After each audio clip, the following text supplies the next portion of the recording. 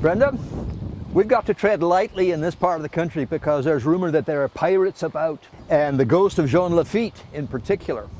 Now, he was definitely in this area. We are here in Laguna Vista, and behind me is Lafitte's well. As with any good pirate, there's all kinds of obscurity that is built around where he was born. He was either born in Bordeaux, France, or Santo Domingo, which is modern-day Haiti, and all that. One thing is for certain. He, in his family unit, as a young boy, he traveled from Santo Domingo, Haiti, to the New Orleans area in the 1820s. He and his brother, Philippe, took on an immediate business of piratery, and he became very, very good at it. The one island that he settled on was Barataria, and it was perfect for piratery.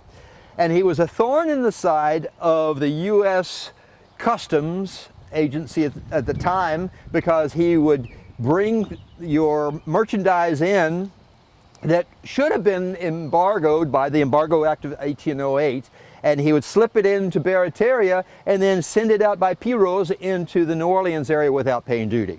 All right, well, he gained the ire of Governor Claiborne, but that there was a war coming on with the British. And Andrew Jackson was smart enough that he took this man and his crew and his boats and all that, and they became the United States Navy, and they saved New Orleans.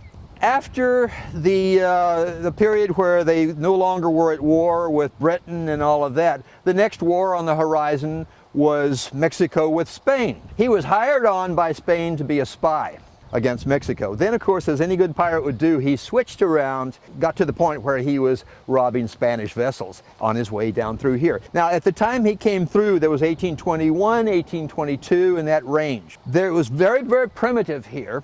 And on the old charts, there are 4 wells. This was one of them. He had to have drunk water and his men at this well. The slipway there at Brazos Santiago was perfect for piratery because you could come in and you can go on out and do whatever marauding that you needed to do. But his real resting place in this area, his home, was at Baghdad. Baghdad, on the mouth of the river, of the Rio Grande, was perfect for pirating because you could go in, up the river, and settle and whatever. The waters of this Gulf here were very, very lucrative for Jean Lafitte. Actually, the revolution of Spain with Mexico cut off his lifeline, though. You're talking about 1821. There were no longer the treasure vessels going around the coast and then back to Mother Spain. So he said, I'm going to go for greener pastures. He came through here, and it went on into, of course, to Baghdad and then the Caribbean.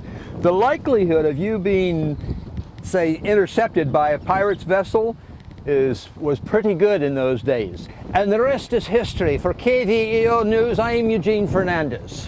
What will you do with a drunken sailor? What can you do with a drunken sailor? What can you do with a drunken sailor? Way in the morning.